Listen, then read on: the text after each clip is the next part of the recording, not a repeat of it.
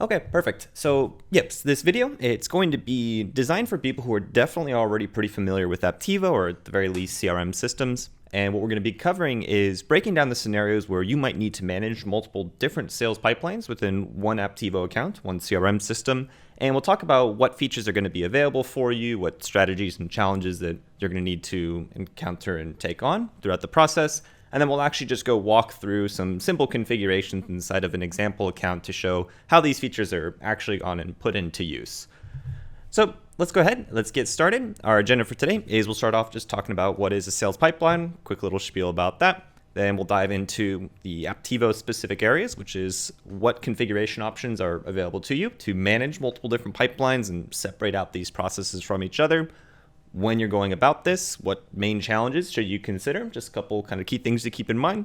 And then we'll go through the actual process of what would we do to configure the sales pipelines and how are we actually going to go about and execute it. So for that portion, we'll actually hop into the application. We'll just be hopping back and forth, and we'll actually walk you through how to use the features. All right, so let's start off with the primary topic of what is a sales pipeline. So when we're talking about a sales pipeline, it basically means there's a series of processes or steps that you run through in order to close a deal. Now, when we're talking about multiple pipelines, some organizations, depending on the types of companies you're selling to, the types of services and products that you offer, how large your organization is, there's a lot of different reasons that you might need to have different sales pipelines, meaning you have a different set of steps that you go through in order to close a deal. And we've got a couple examples right down here. We're actually going to take the third example, and that's the one that we're going to be using when we walk through our example today. So when we're actually looking at this, you're talking about like a photography company. Sometimes they sell to individuals where it's just, okay, I've got a mother and her daughter. They want to get their photos taken versus I've got a school which has 1,500 different students. So there's a lot of different steps I need to run through in order to close a deal for a school of 1,500 versus is a very quick and easy deal to go and get that mother and daughter to take their photos. So I've got two very different pipelines, very different procedures, and depending on the size of this company, you could even be talking about two completely different divisions inside of the organization where the teams will not even interact across the different pipelines. So you have all those sorts of different combinations. The other two examples we have down here are an IT company. They sell both services and products. So anything that goes through that services area, like consulting work, there's one step of processes that you execute in order to close deals there. And then they also might sell just physical hardware, like they have a product line of networking equipment, and they need to have a different set of processes in order to close that. So the pipeline is the series of activities or the stages that you run through to close a deal. And when you're talking about the sales pipeline, it ends at the point where you've actually closed the deal. But in Apptivo, depending on which apps that you're using, it's important to consider that even after the deal, the sales pipeline where a deal originated from, it can dictate how you're going to fulfill that deal to your customer. So what that means is, let's take that middle example where we have like hardware and software, services and hardware. For services, I need to do consulting. So when I close a deal from that pipeline, I need to launch a project. I need to allocate resources and begin tracking time and then billing the client. But if it came from the product sales pipeline, I have a different set of operations. So instead, I need to create a sales order. I need to go and do my inventory management and track my shipping, and then go and invoice the customer. So it's a very different series of events where it even goes beyond the sales pipeline, where that's really your overall end-to-end process for your customer lifecycle. Okay, so that's what a sales pipeline is. That's pretty standard, not really specific to Apptivo, other than the portion of going into your fulfillment side. But now we're going to dive into, what does Apptivo offer to allow you to configure multiple different sales pipelines? So really, there is a lot of little kind of nuanced details that you can do to break apart your pipelines, but we're going to talk about 6 topics today, and even when we dive into our example configurations, we're really only going to hit on 4 of these. That really, like when you talk about separating the sales pipeline, when you're describing a pipeline, it almost always starts off with the sales stages, and they might be called slightly different things all around, but really, typically you're going to have like 5 to 10 stages that you run through in order to take a deal from the initial discussions with the potential client all the way to closing the deal with them. So right out of the box in Apptivo, you have a standard set of sales stages, but these are also one of the things that we highly encourage everybody to change right away. So what you have is, when you talk about separating out these deals, We're talking about there's just general fields and information that you're going to store differently about each one. There's certain information you need to know, like when do they need to have it shipped by for product deals.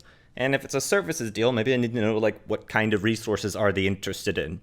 So I'll have a different set of fields for a deal in each pipeline. Then the deal itself, the stages that they run through. This is really the key thing. So number 2 and number 3, they play directly together. This is going to be the focal point of today's discussion, because when you're talking about your sales pipeline, the first thing you do is define the high-level stages that you walk through. And what the stages do is that gives you a list of stages that are available for any deal. And the sales cycle is where we define the actual pipeline. So what we do here is we say, I've got one sales cycle, and of my list of 10 total sales stages available, this sales cycle has stages 1 through 6 in this specific order. And then my other sales cycle has a different set of stages that are available. So in a moment, we'll go show you the breakdown of how I would go and initially set up all the stages, and then how I'd pick which stages and what order they would appear inside of each sales cycle that I create. So once you've gone through and you've created a sales cycle, you've kind of set up the basis for how you're going to split apart your pipelines. And then there's a lot of other things that are going to build right upon the top of that. So one of the other ones, which really it's highly related to number 1 and even number 5 to an extent, is value and visibility conditions. So these are related to the way that you can configure the fields, but specifically what it allows you to do is, let's just take an example where I'm filling in a deal and I'm selecting whether it's services or products. And what I want to do is I want to take all the fields below and I want to hide a bunch of fields if I select products because they're not relevant. And maybe I have a couple common fields, and within those fields, I want to say that only certain values can be selected when I've identified that this is a product deal. So there's little things that we can do which will actually change the entire page and the layout of it based on that initial type of deal that you specified, which correlates exactly to what pipeline that you're actually going to be running it through. Okay. So the next one is security restrictions, where this is a little bit less common. This will have a lot to do with the size of organization that you are. And this is where you can come in and let's say that you have 2 different sales teams working on each pipeline. You want to have the information fully segmented. There are some controls that you can put into place where you can make certain details either read-only to segments of users, or you could potentially hide like all deals from the hardware pipeline and then only make them visible to the team who sells hardware deals. So that's another very common setup is you've got 3 distinct divisions. Each one has their own sales pipeline. Each one has their own sales team, and none of them should be able to see each other's information.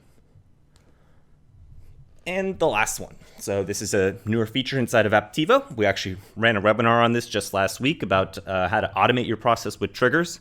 So the idea is here, this is where you really get into customized workflow, where by defining the sales cycle, you set the very high-level list of stages that you need to run through. And by controlling the field with all the value conditions and everything we have, you determine what information should be collected at each one of these stages. The triggers allow you to actually perform actions on behalf of the users. So you could say when a certain event occurs, I want to automatically perform an action. Now this could include workflows around approvals of a deal going out. So let's say if you have a hardware deal worth more than $30,000, you want it first to be approved by a manager before you can close the deal. Another one would just be like some simple notifications. So that's the example we'll show later on where when a deal is closed, I want to automatically notify somebody, but maybe based on the pipeline that the deal originated from, I want to notify a different person. So you'll be able to write all these triggers, and the triggers can apply to all pipelines. They could apply to just one pipeline. They could even apply to only deals of a certain type within one pipeline. So we'll run through some different examples there and talk about how triggers can impact the workflow. But really, when we're talking about pipeline management, if we take a look at these 6 features, it's pretty much everything that you're going to be leveraging in order to fully separate out these deal flows inside of your Apptivo CRM apps. Okay, so we've ran through those at a very high level.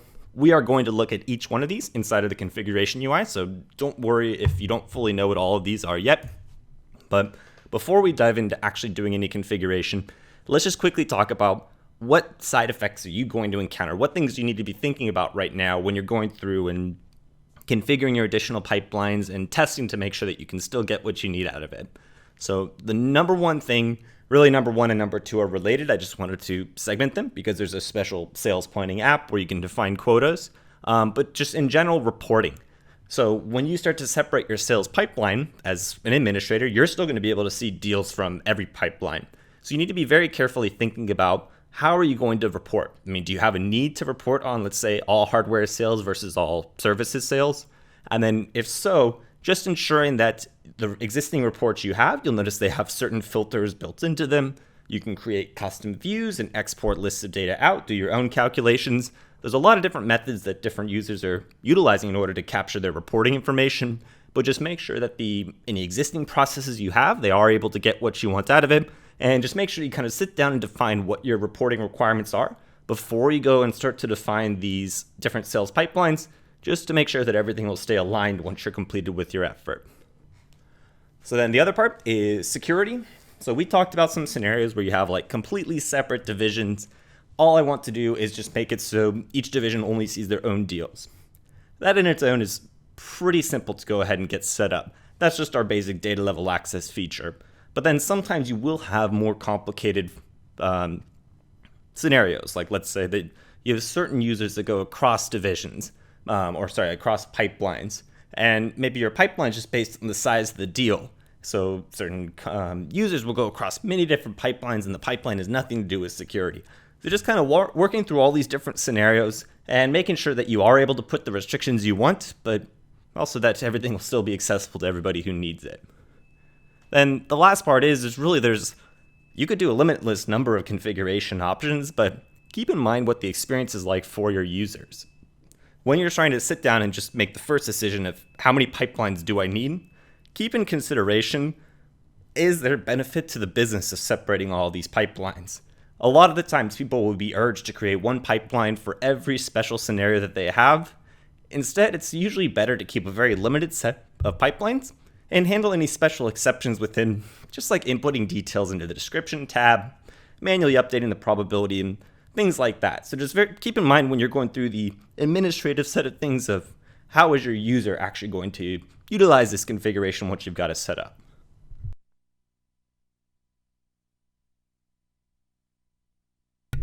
Okay, so we've talked about just kind of the basics, everything at a high level. What are we going to be looking at? So now let's start to really delve into this one example, and let's go get into the application. So our example today is we're going to switch gears and we're going to start to focus on real estate. So yeah, it just seems like it's a pretty common topic. A lot of people know real estate even if you're outside of the industry. So I figured out this was a good example to utilize here. And we're just going to show kind of the surface of what this configuration is. So definitely keep in mind as I'm running through these items, I'm only going to be talking about one or two little changes to make. I'm going to create like one sample field with minimal details. I'm just going to do the minimum right now to demonstrate how the features work. Certainly there's a lot more configuration that you should be doing on your side when you're actually going through this process for your business. So when we talk about this example, what we're going to do is we're going to take a real estate brokerage and we're going to say that they buy and sell both residential and commercial property. And that means that they're dealing with a lot of different combinations. So it's actually really common in this scenario where you have both a commercial and residential real estate company that you're going to end up with 4 different pipelines or even more, because they could be potentially buying and selling on both sides. So you're dealing with buyers, sellers, landlords, tenants. You're dealing with everybody across each area. So potentially you even want one pipeline for each of these. For today, what we're going to do is we're just going to focus in on residential, and we're going to talk only about buying and selling. So when we start to break down what these pipelines are, really, Apptivo has this feature called sales cycle. For the most part, you're going to be able to use sales cycle and pipeline interchangeably. They do mean slightly different things, whereas the sales cycle is just the specific order of sales stages that you're going to be going through.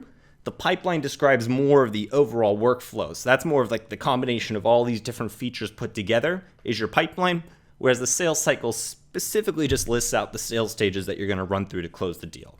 So keeping that in mind, I'm going to switch them back and forth throughout the rest of the presentation, but we're going to start off by just saying, what would the sales cycles be?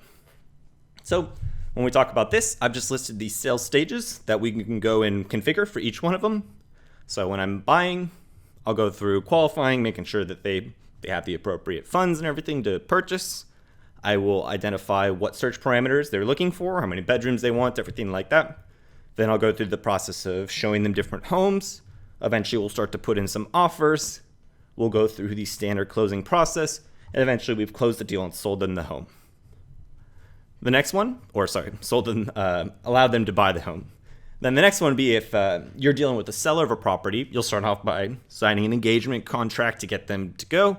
You'll go do your inspections, take photos, prepare all the information, and then eventually go list the unit and start showing it. Eventually, somebody will put in an offer to you. You'll go through the standard closing procedures, and then the deal is closed and the seller's home is sold. So what you can see here is there are a few that are in common between the two, like closing and offer and such, but then there are a few stages that only apply to one sales cycle. This is very common. The sales cycle can reorder, and it can have any number of the sales stages which it desires to have in there. So let's go ahead. Let's run through that in a moment. Before we hop into the app, just want to quickly talk about the 4 sections we're actually going to run through in this example. So I'm going to show you how to set up these sales stages and sales cycles as we've specified right here. Then I'm going to go through, I'm going to create an example of visibility and value conditions. So for this example, what we'll do is we'll show you how I would configure the type of deal. This would set the sales cycle, and then how that would go and change the fields. So we'll have a different set of fields appear when you're buying versus selling.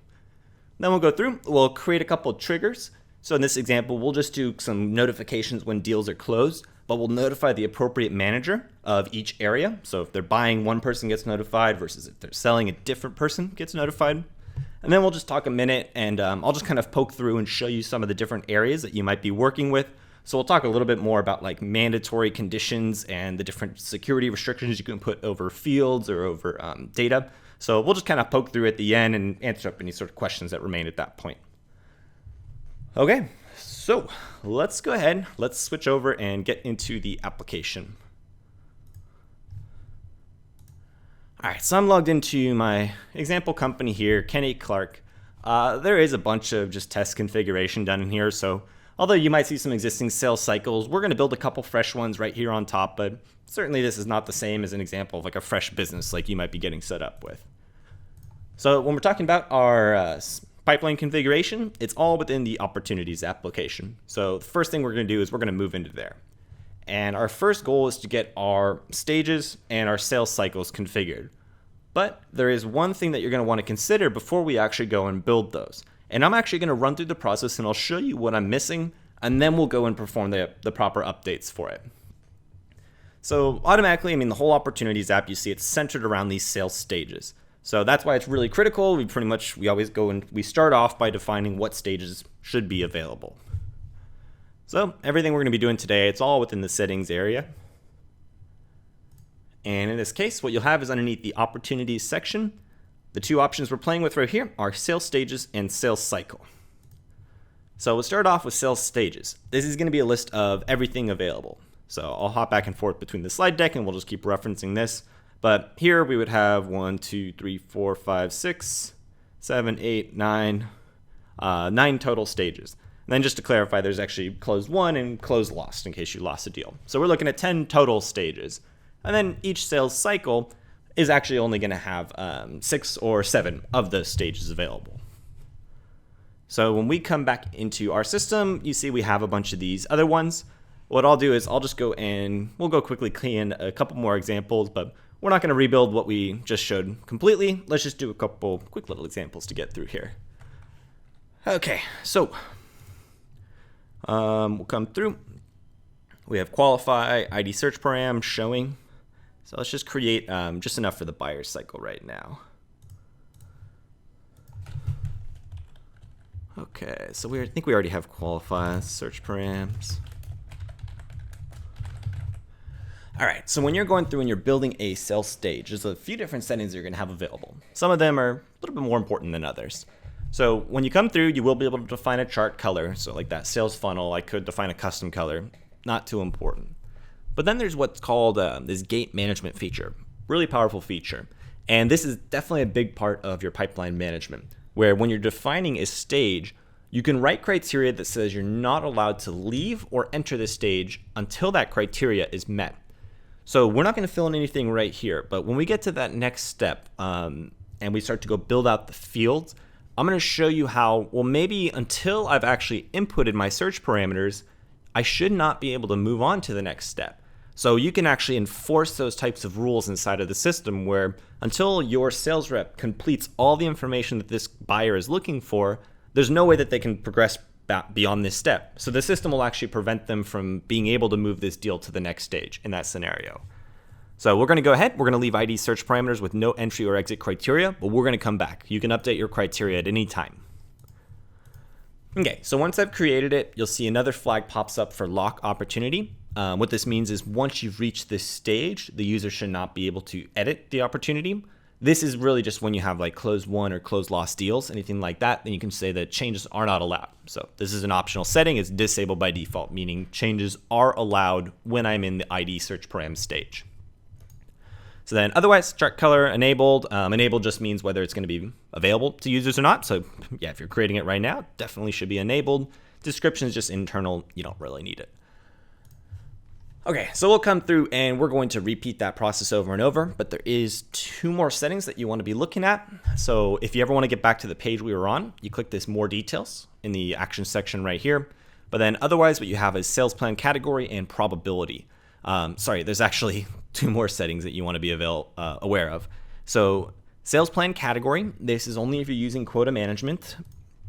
You'll just see the 2 different versions there. I'm not going to dive too far into the details of what they mean, but that would be pipeline category. Then probability.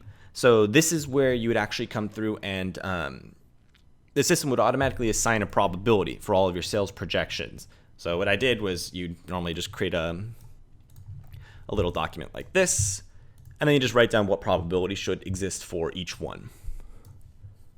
So in that case, I'd come through and ID search param should be a 20% probability of closing once I reach this stage. So what you'll do is you can drag and drop these into the desired order. So you should have them in the order that the stages actually occur. So in this case, like qualification came before ID search params, and I'd move through and I create each one of my different stages like this. The only other control here is visibility. So for all the stages within your normal pipeline, they should be marked as visible. The exceptions here are when you hit won and lost deals. It's really common where you say, once I've won a deal, I want it to kind of disappear from the list. So that's your visibility control here. It's the same kind of feature as all apps. But basically what you're saying is once the deal goes inactive, make it disappear out of my pipeline and make me go search for it. Okay, so we'd come through, we go configure each one of these. Let's just go ahead and we'll quickly input some other ones. So we're going to leave all pretty much default values here. So inspect unit was supposed to be 35%.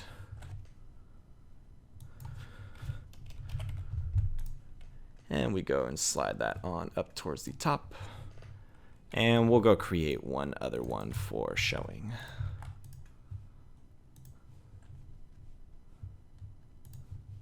And this is supposed to be 40% and comes right after that. Okay, so we would go through, we would build out each of our available stages, get them looking how we want. Now, once we defined every stage we can move through, it comes down to creating the sales cycles for these stages. So we click on over to sales cycle. You'll see I've got these 2 in here, but the one first designation is whether you want automatic assignment of sales cycles or not. And this means you can either have your users select from a drop-down menu of what cycle that you want to use, or you can have them you can have the system automatically determine the cycle.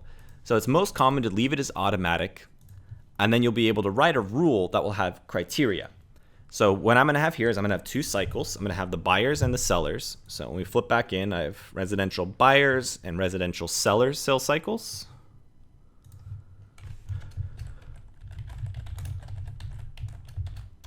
So I call this one my residential buyers. Priority score, the way it works is when we write our criteria. I'm going to show you how this is where that first field comes into play. It'll say that if I match multiple sales cycles, I'm going to take the one with the lowest priority score. So in this case, as long as I write unique criteria, everything will, the priority won't matter. So first you define the priority, then we define the criteria that it applies to. So this is where you'd pick a field on the record, and you're basically saying when the user's inputting a deal, the first thing they're going to select is what type of deal it is. So I'm going to select either it's a residential buyer or it's a residential seller. So what I would need to do is come in here and I'd say the type field should determine the sales cycle. So I can say type field equals, and then I have my different options. So before you could come through and properly set up the sales cycles, you would need to have your types configured. So what I'm going to do is I'm just going to temporarily assign hardware sales right here and hit create. Just so I can kind of leave this page. And then what I want to do is I want to go put my appropriate types in. So I guess I have to complete this. So you create your criteria, you'll select type, and then you'll put in the appropriate type. And then we add sales stages. So this is where we get to pick from the big list that we just had created a moment ago. So for residential buyers, I want to have qualify ID search param showing offer closed. So qualification, ID search params, inspect unit. So you select which ones are relevant. And then that goes and creates your sales cycle. And you'll notice it comes over in the default order. You could even say that this stage comes in a different order for each sales cycle. So they have the drag and drop just like you had in other scenarios. So that would complete your sales cycle. And then as we mentioned, let's just go quickly update the types. So there's a type setting inside of here, and I would just want to make sure I have one for residential buyer and one for residential seller.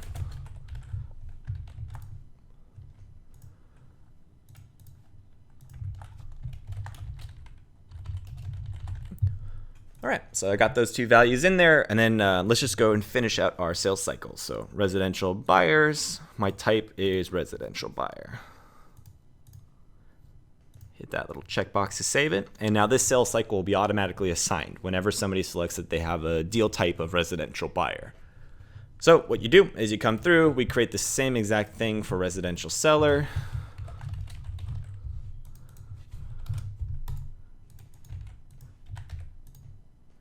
Go base it off of the type field. And then add our desired stages.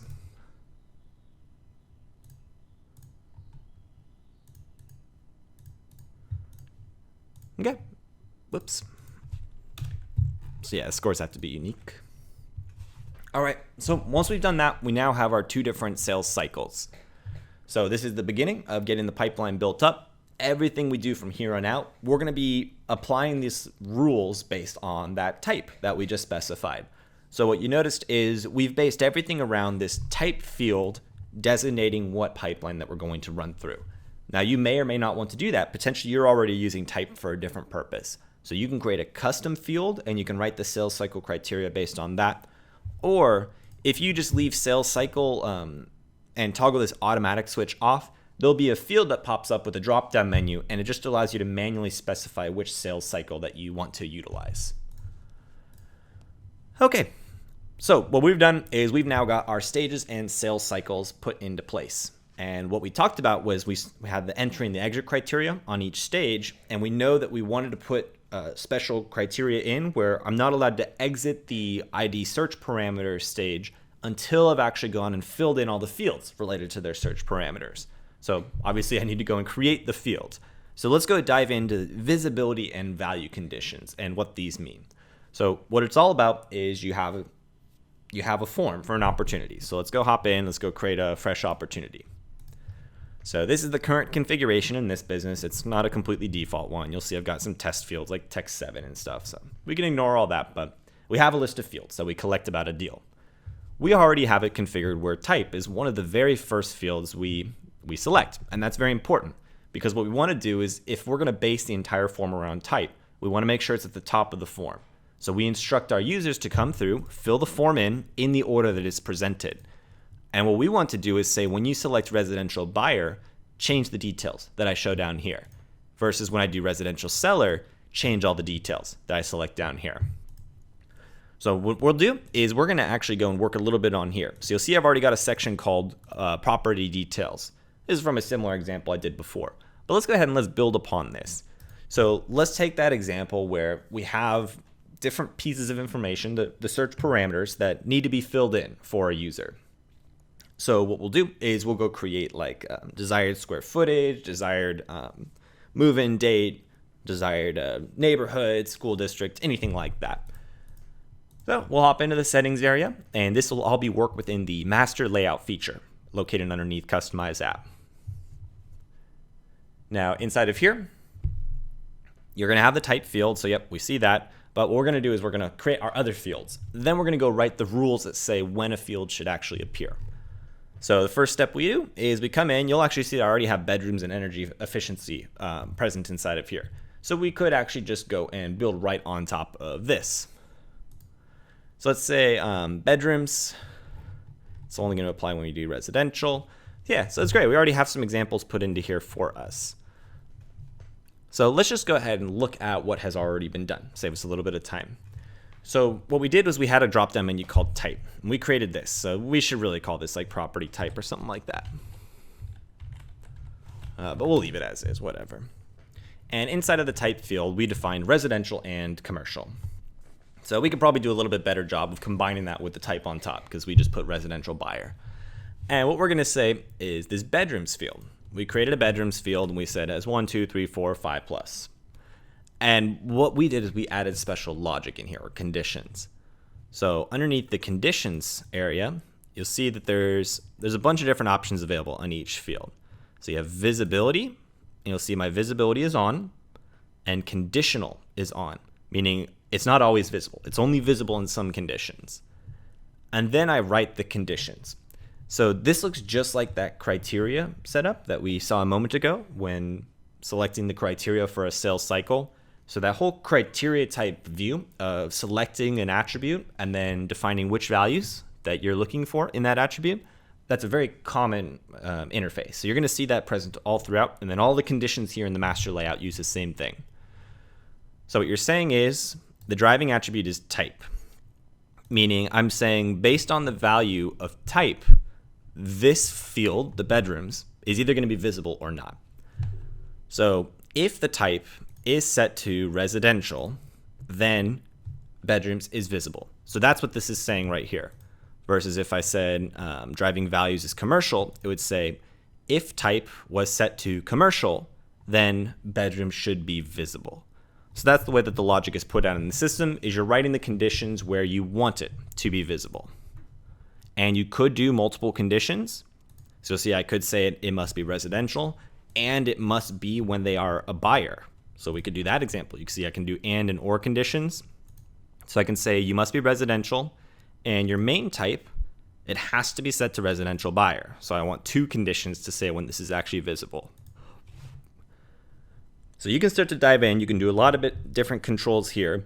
And then the end result of that is when you initially come in and start filling in your form, it's much simpler. So this is a big part of workflow management, is only exposing information when the user's ready to collect it. So now if I come in and I create a form, you'll see property details is for the most part empty. And I could even go and hide this field or this section entirely. But then as the user comes through and they say, okay, I'm a residential buyer, it's residential, now more fields are going to start to appear.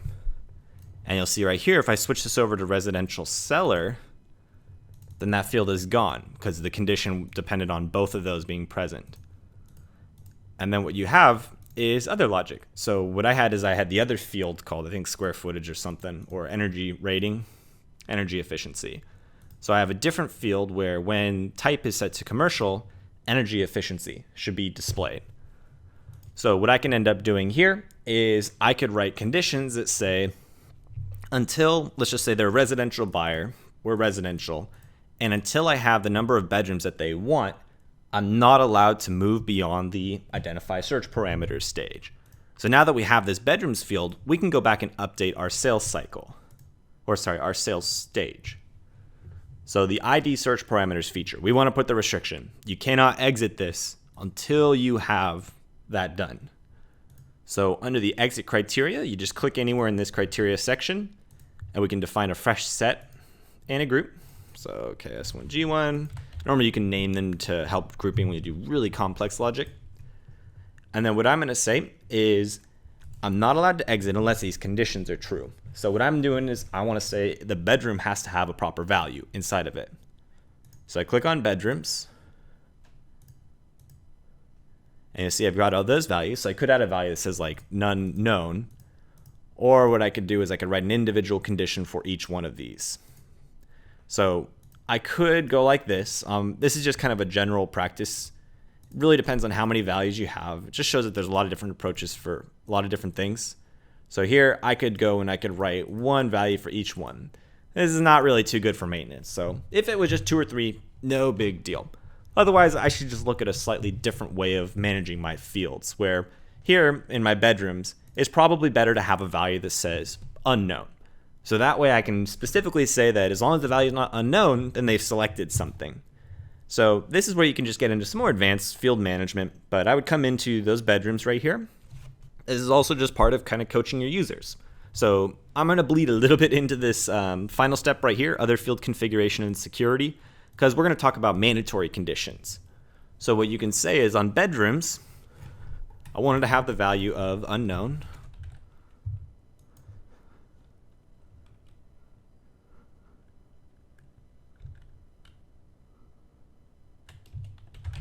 Okay. And then I'll probably want to order it in the proper order, but whatever. And what I'll do is I'll set a default value of unknown, and I'll make the field mandatory. So what I'm doing is I'm saying that the user won't have to select anything because I'm making the default value unknown. And I'm making it mandatory, meaning there's always going to be a value inside of there. So either they're going to select the appropriate amount of bedrooms, or they're going to leave it as unknown. And then I'm going to write my exit criteria based on unknown not being present. Okay, so with a little bit of work on what this bedrooms field is and how it works, now my sales stage criteria can be cleaner. So I'm going to come back into ID search parameters, exit criteria. So, okay, we'll do that same thing we did a second ago. And this time our condition is much easier. So bedrooms does not equal unknown. So that's a much simpler way. We've now broken down our criteria, and we did that all just through a little bit of configuration. So now the functionality that'll happen is a user comes in, they will go through, I will select my type of residential buyer, select residential down here. So I get my list of bedrooms. So this actually looks like I forgot to update with my default value. It'll pop in unknown.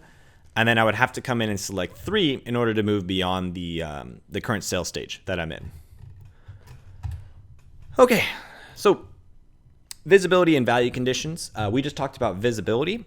I want to show you the other piece, which is called value conditions. It's very similar, but what it says is you have the same field that you want displayed in multiple situations, but the values that you want available inside of it are actually going to be different.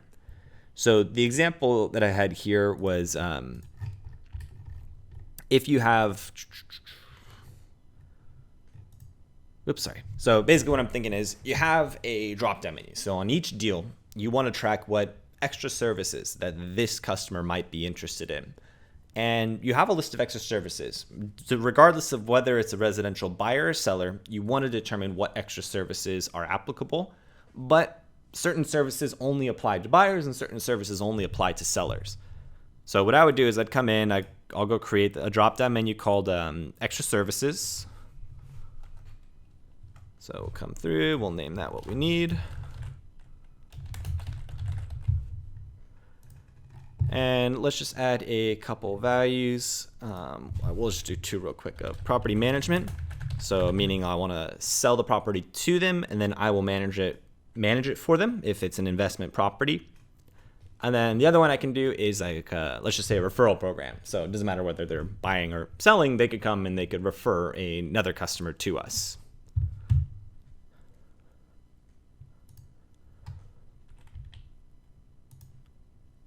All right, give me one moment. Looks like my computer's, oops, there we go. It's just now catching up. Computer's having a little bit of a hiccup here.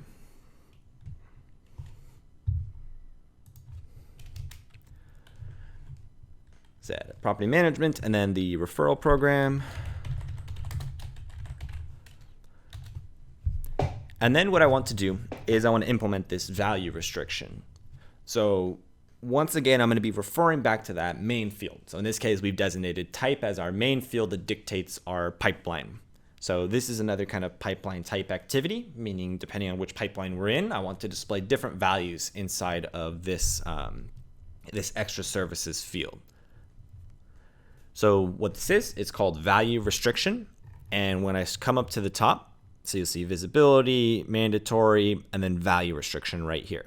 So by default, it's off, meaning all values are always present. But now I'm going to say it's actually conditional. And once again, I get my sets and groups. So what you have to do here is you have to write a condition where a value is allowed to be shown. So what that means is each value that you have present, it should have some matching condition. Otherwise, there's no purpose of having that value. So what we're going to say is if my type is a residential buyer, then both values should be selectable. But if my type is a residential seller, then only the referral program should be selectable. So this is where naming your sets and conditions might come into play, where I'm going to do two different groups here. So I'll say this is for res buyer, and then I'll do another one for the res seller.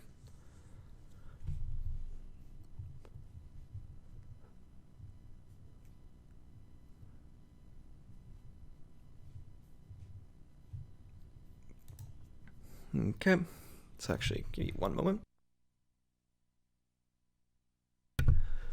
Okay, so what I'm going to do is I'm going to say if type is set to residential buyer, then the following values are acceptable. That's the logic here. So we said for residential buyers, the property management and the referral program are both applicable. So I'm going to select property management, then I'm going to go and select referral program. So basically what you're saying is for residential buyers, there is no value restriction. But the other group is, or if I'm a res seller, so this is where naming the groups you can see starts to come into handy. Then I'm going to drive the attribute as the same one. So I'm going to drive it off of the type dropdown.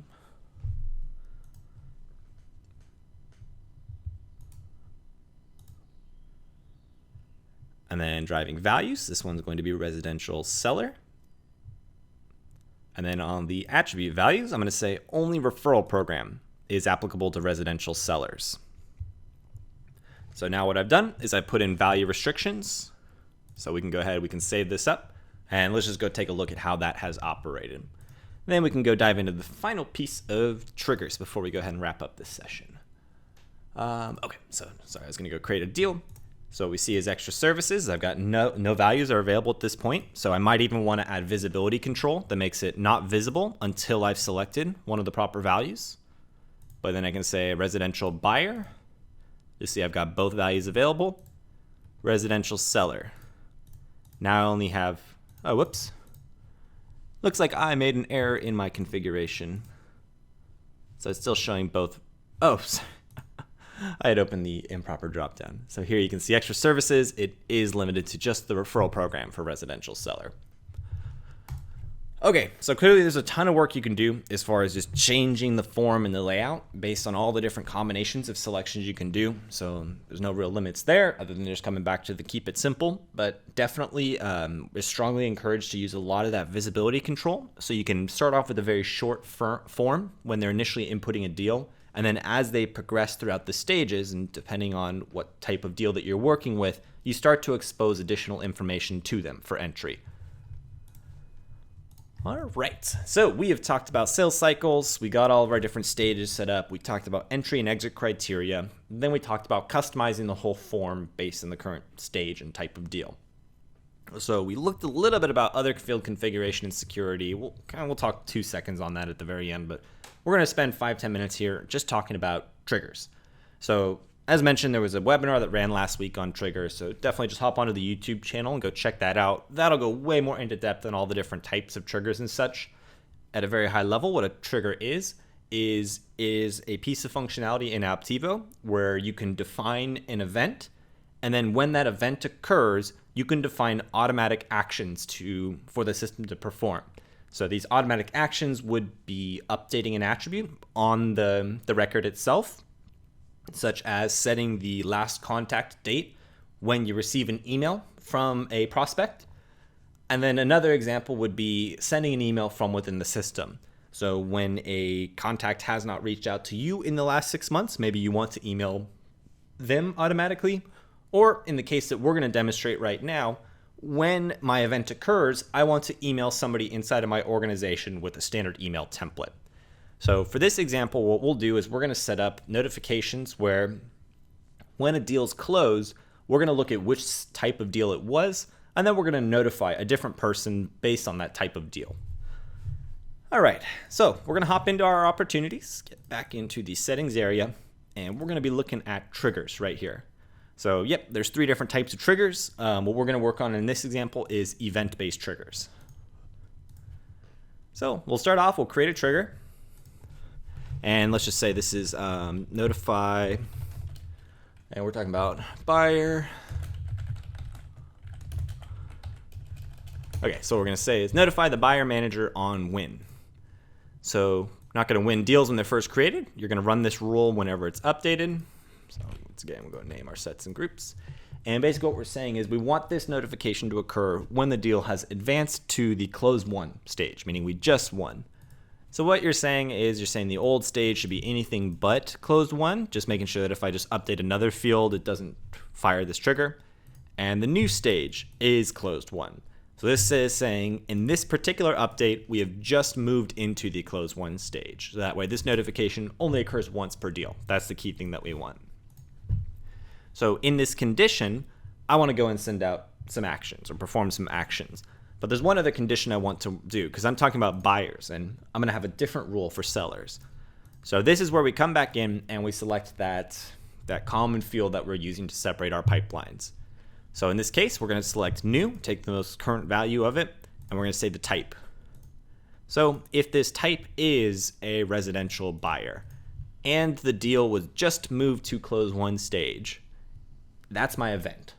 So what I'm basically saying is when I've closed a residential buyer deal, I want these actions down here to occur.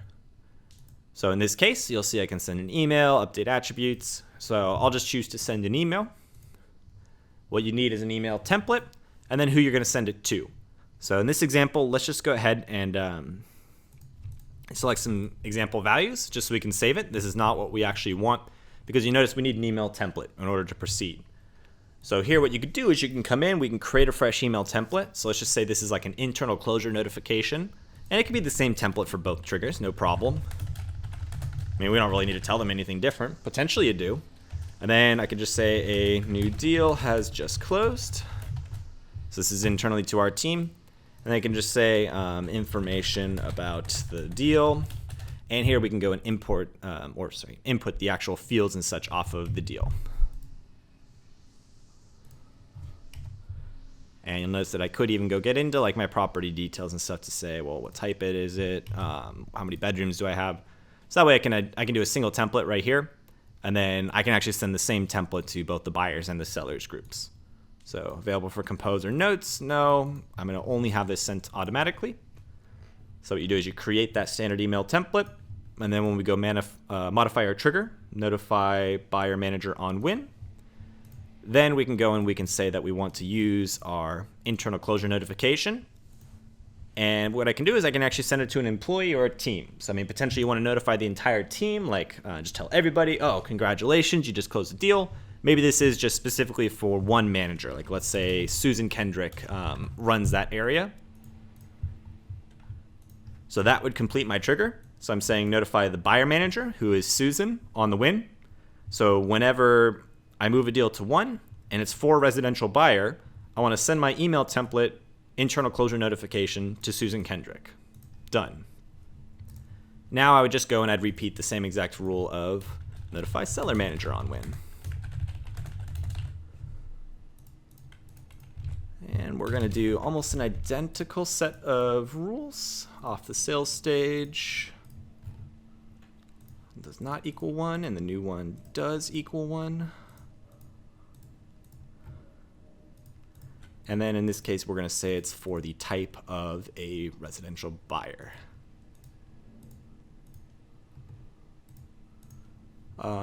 Seller, not buyer. And then in this case, our action, once again, we're going to send an email. We're going to send the same email template to an employee, but then let's say the manager of this is actually Danny Lakewood instead. So now what I've got is I have two different triggers, one for each pipeline, and they both perform the same activity, but they're able to send to a different manager based on that pipeline. So there's a whole slew of things you can do here. I'll just fire off a couple examples real fast of things that you might want to do, like an inactive deal notification. So let's say that when you're selling and a deal goes inactive, because you've engaged them to sell, they're not engaged with anybody else. It's unlike a buyer where they could be talking with other agents. You want to make sure that you stay on top of that deal. So if it's a seller's deal, then you want to send an email notification to the sales rep if that deal goes 2 days without an update. But maybe you want a different rule where if you're on a buyer's deal, you want the same thing to keep your sales rep notified if it goes inactive, but you don't notify your sales rep until it goes inactive for 2 weeks instead, because it's a different pipeline. So you can start to do all sorts of different rules and such. All you're going to do is you're going to select the appropriate pipeline, or in this case, the type, and then you'll go write your triggers based off of that.